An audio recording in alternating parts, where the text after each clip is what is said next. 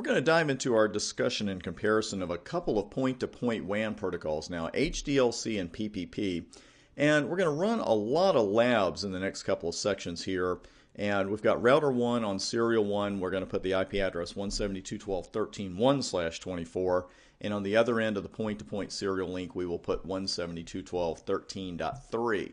I'll also show you or kind of describe to you how you do this in a lab, because they are directly connected at their serial 1 interfaces with what we call a DTE DCE cable. And if you haven't seen that before in the material, you'll definitely see it now. I'll discuss that as we go along.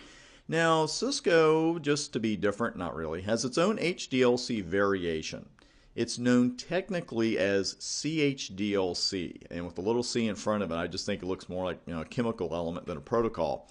I doubt very strongly you see this reference on your Cisco exams. If they mention HDLC, just assume they are talking about Cisco's version of HDLC. But if you're reading any vendor-independent books or videos, either now or in the future, obviously for the CCNA we're not being vendor-independent, but other reference terms or books may refer to it as CHDLC. I want you to know that that is Cisco's version of HDLC.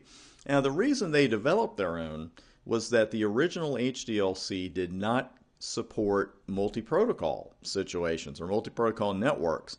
And that's really not a very good idea. So Cisco came up with their own HDLC a long time ago, or their own type, if you will. And the reason that I mentioned the word type is that that's how they allowed the multi-protocol support. Literally, they added the type field in HDLC to allow that multi-protocol support.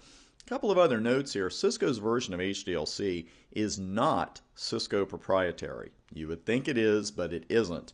Also, this is the default encapsulation on Cisco router serial interfaces. So if you're looking at a config and you're looking at the serial interface and you don't see the word encapsulation with a protocol after it, you're running HDLC. We'll see that on the live equipment here in just a moment. Let's go ahead and jump on the lab here. We're going to put our IP addresses on, open our interfaces and all that good stuff, and then of course we'll verify it with show interface serial.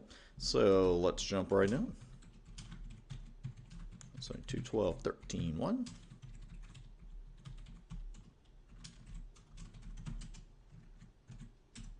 I went in and did a write there, and you could have done a copy run start, but what do you think we're going to see? And I guess there's a hint there on the screen. What are we going to see if we do show interface serial right now once this gets done? This is a little unusual because you'll see administratively down, of course, when it's shut. And the one we have to troubleshoot most often is really, the physical interface is fine, but the line protocol is down. But here, we're actually going to see that the interface is down. This is one reason that a serial interface can be down, is that the device it's connected to, which in this case is router 3, is not open yet.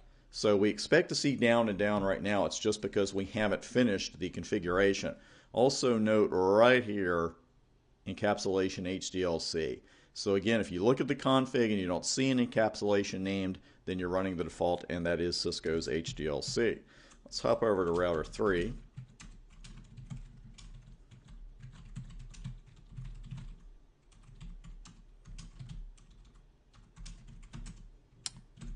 And we'll do a quick save there. I just get in the habit of doing that too when I'm going to be going from one router to another. But here we get line protocol change state to up, so that's good. The interface is up and everything's looking fine. And we'll just do a show interface serial 1 to verify that. Everything looks fine. And then on router 1.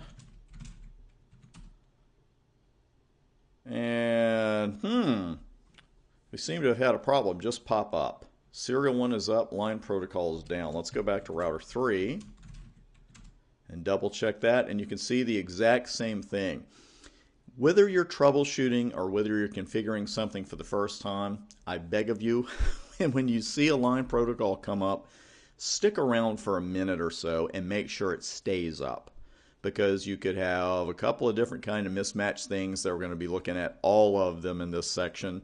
You could also just be missing a value that you need. But what happens is sometimes the problem manifests itself immediately. And sometimes, as we just saw, it didn't, because it would have been really easy to say, okay, we opened that third router 3 interface and we walked away. You know, everything was fine before I walked away. Then I came back and it was down. Well, the thing is, it was going to be down just a few seconds later, about half a minute I think that took us. We know that serial 1 is up, line protocol is down, means everything is fine physically, but there's a logical issue. And as we saw previously in this section, a PTP link in a lab is going to have a DTE on one end and a DCE on the other. And the deal is the DCE has to supply clock rate to the DTE.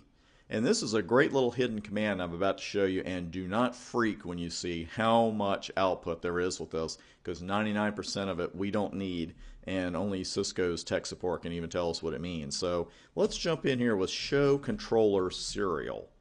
And this command, it may work differently for you on a different iOS, but this command has a little bit of a quirk. If you put a space, there we go, we got it between serial and 1, so this iOS is doing it. Sometimes when you don't leave a space here between serial and 1 for show controller, it's going to tell you it's a bad command. We'll see what router 1 does in a second. Now, as you can see, there's an awful lot of information here that to the naked eye and even to the clothed eye really doesn't make a lot of sense. But we don't need any of this stuff down here. This is not what we're interested in. What we're interested in is right there.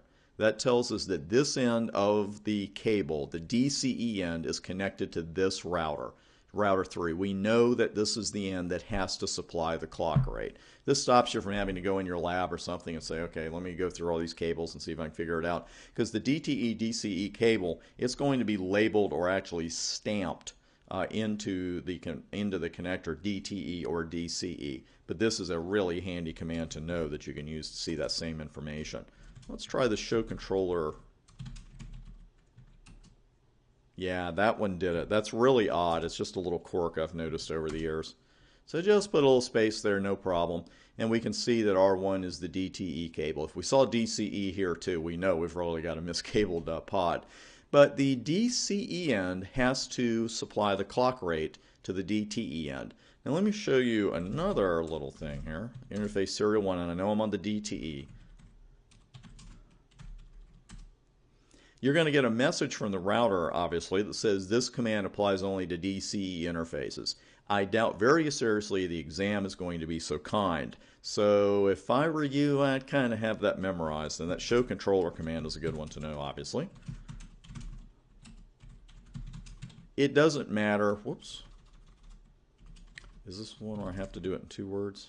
Okay, works for me. It doesn't matter which one of these you pick, really. I just go with 56,000 or 64,000. And let's see what happens. And your line protocol comes up very quickly. It's scrolled off a little bit. I like to use a larger font because we don't have many messages that long. So it's serial 0, and that's beautiful. And what we'll do is come back in a minute or two and check it and make sure it stays up, as we always do with our DC. With any time you get the line protocol to come up, always stick around and check it again. And we ran show interface serial. We saw the default is HDLC. You saw where to see that. So right now we should be able to send pings across that line. And we'll go back to our equipment. Everything looks like it's still good. And there we go. And just to be sure, this is a really good habit to get into, because I know that one's going to be able to ping 3 in that situation, but as your labs get more and more complex, you have to remember that just because A can ping B, it doesn't mean B can ping A. And of course, in a more complex lab, there's a bigger chance of that happening, but it is an excellent habit for you to get into, just to check it from the very beginning. Even when you know a ping is going to go across, it takes 5 seconds to check it. So by golly, you should check it. So right now, everything is just fine. Now, the endpoints of a PTP link must agree on the encapsulation type. If one end is running HDLC, the other end of the point-to-point link has to be running HDLC as well for its encapsulation, or the line protocol is going to go down. So we've already seen 2 things that can make the line protocol come down: a missing clock rate on the DCE and a mismatched protocol type. We're going to see that in just a moment.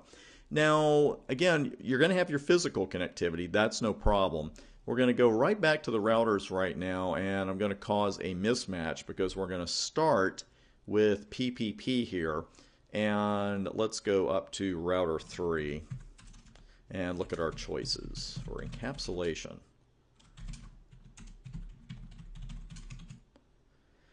Now we've got a couple here we do not need to concern ourselves with at this point. ATM DXI, you don't have to be concerned with. LAPB, SMIDS, SMDS, and X25. The three that we're really hammering in this section that are very important to your studies: frame relay, HDLC, and PPP. Really, you've seen everything with HDLC there is to see. We have talked about the little bit of things going on with the type field, and we also know it has to match. If you're using HDLC on one end, you got to use it on the other.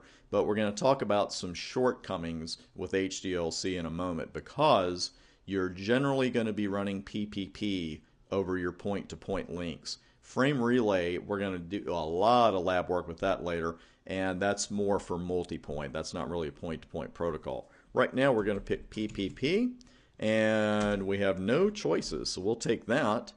And you can see almost immediately the line protocol is going to crash on you, because we're running PPP on one side of the connection and we're running HDLC on the other. Let's talk right now for a moment about some PPP features and why, even though HDLC is the default encapsulation, you're probably going to change that over to PPP.